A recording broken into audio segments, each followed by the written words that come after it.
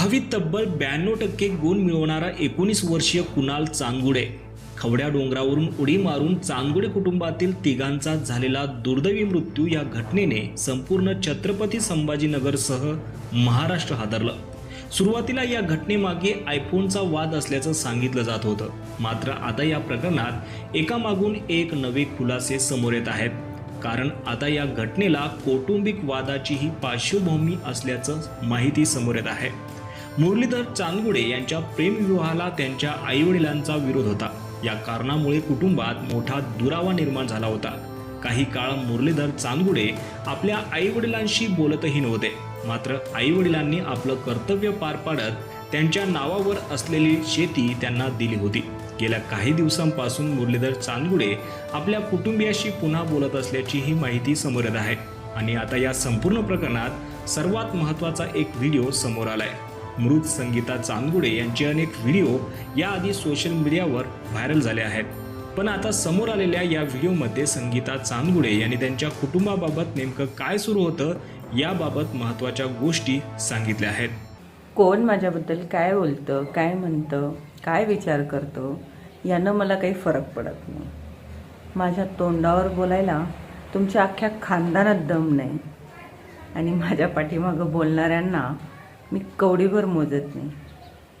आणि मी तुमच्याबद्दल बोलावं अशी तुमची लायकी नाही। आजकालच्या ज्या या बहिणी आहेत त्यांना कधीच भाऊजाईला समजून घ्यायचं नाही, कधी तिच्या मुलांवर प्रेम नाही करायचं, सतत शिवीगाळ करायची, भावाच्या संसारात आग लावायची, भांडणं करवायची, त्रास द्यायचा। एक प्रकारे म्हटलं तर भावाचा संसार कसा मोडता येईल याचा प्रयत्न करायचा। आणि जर तो नाही मोडता आला तर मग प्रॉपर्टीमध्ये हिस्सा मागायचा, प्रॉपर्टी घ्यायची, भावाच्या दुःखामध्ये त्याला साथ नाही द्यायची, भावजाईला समजून नाही घ्यायचं। समजून नाही घ्यायचं म्हणण्यापेक्षा ज्या वेळेस आपला भावाचा मुलगा हे जग सोडतो त्या टायमाला त्या भावजाईला शिवीगाळ करायची, त्या भावाला शिवीगाळ करायची, त्रास द्यायचा, वाटेल ते बोलायचं, प्रॉपर्टी स्वतःच्या नावावर करून घ्यायची।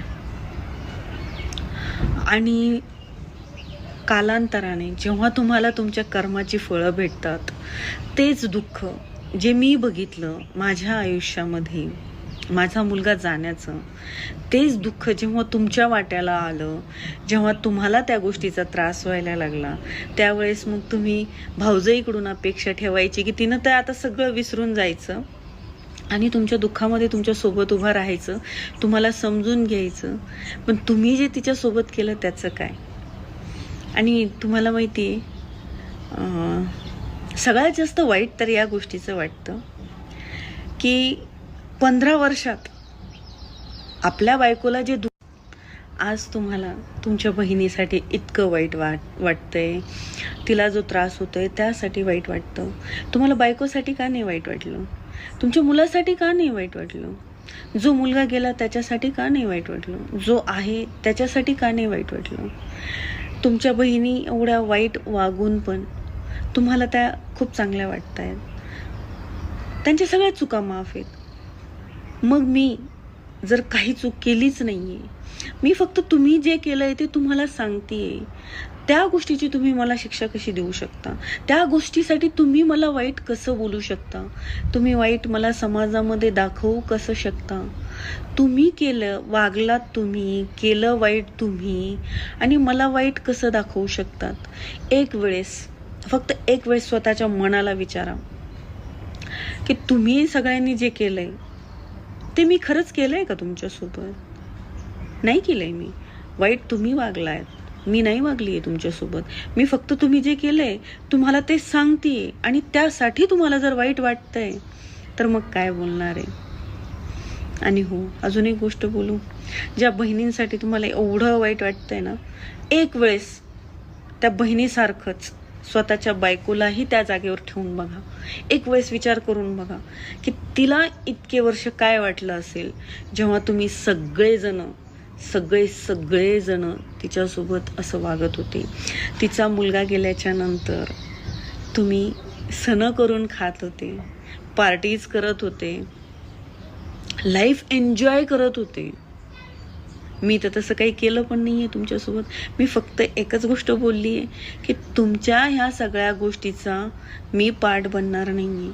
जर तुम्ही मला आत्तापर्यंत कधी साथ नाही दिली तर तुम्ही माझ्याकडूनही ही अपेक्षा करू नका.